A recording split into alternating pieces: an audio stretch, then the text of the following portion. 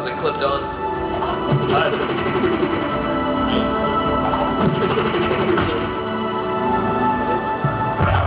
Okay, so this is it. This is the game.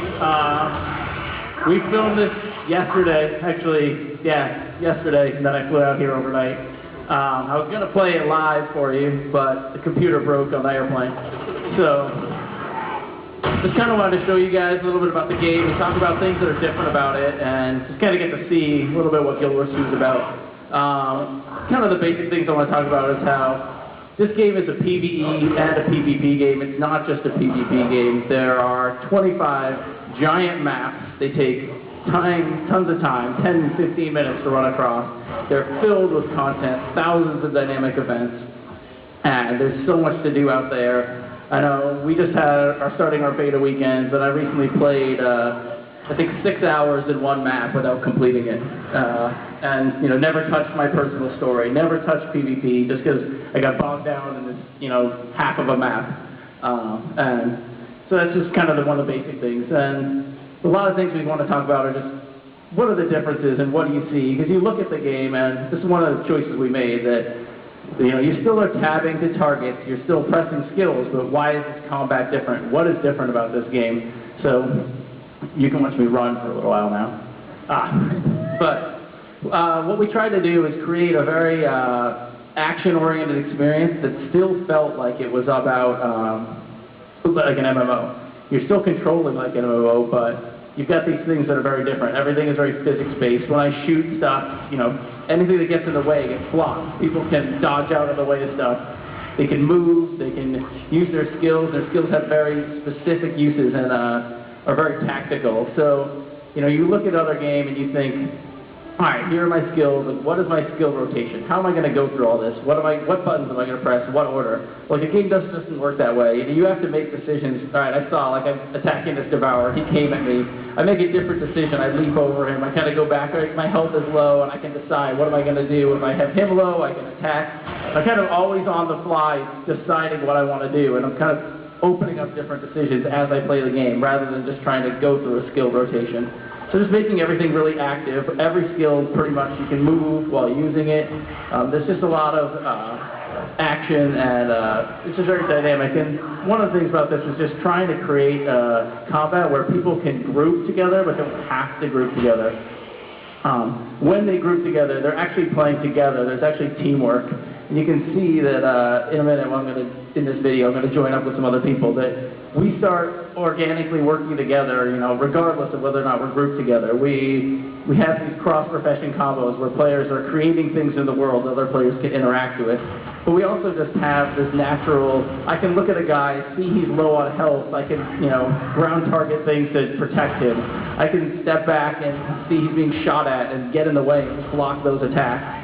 So, just fighting this Minotaur. And basically, that's one of the big things that we try to push, is not forcing people to play together, but making them want to play together and want to see what's happening. At this point, while we were playing, a dynamic event started up. So this is one of the other big changes. This big giant right here just smashed down this door, and he's breaking into this town. You know, this stuff just happens organically, and players see it, and they just automatically have to work together, and they're not punished for working together. Everything they do is all about how they can complete this together, and they share the reward for it. So, he's got some pretty powerful big attacks. You can see him just kind of launching people around. So this is one of our less static bosses, since I know people like to talk about how the big dragons are pretty static. Well, this guy's pretty big, and he moves around a lot. He actually smashed that door in before I got there. All those NPCs in front are, actually there's a player down there. Oh, I just got knocked down. So this is our down mode. You can see it a little bit. Basically, when you get to 0 health, you have a chance to fight to come back. And some of these guys are coming to try and help me. I don't think I'm actually going to make it back in this, if I remember correctly from yesterday. It's been a long day. So basically, I'm gonna die right here. And then the nice thing is, you know, we can come back. The other guys who are in the group here are still fighting. So there's our map right here. You can see all the stuff, and there's a waypoint that you can travel to. So I just travel there. Saw that really, really long load time that everyone's complaining about. And then you run across, now I saw what this giant was doing, so I went in, I switched my build, I brought the Shadow Refuge, which is kind of a support thief skill to cloak guys and heal them.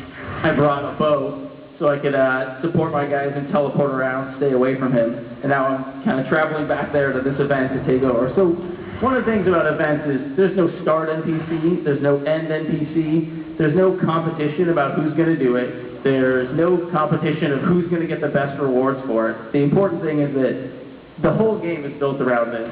We talked about this in the panel, just innovating, and someone said, you know, the reason why there's not this innovation is because you had this idea 6 years ago, and it takes 6 years to build this game, and now all of a sudden you wait around and someone else has already done it. Well, that's why we went all in with our innovation. We didn't say, oh, well, we'll also have quests, and we're also going to have Trinity combat. If you're going to do this, you have to do it wholly and completely. You can't just say, we're going to do things a little bit different and expect it to actually make a difference. So we had to go ahead and design the whole game around this. So here you go. I'm going to drop this cloak on that ally.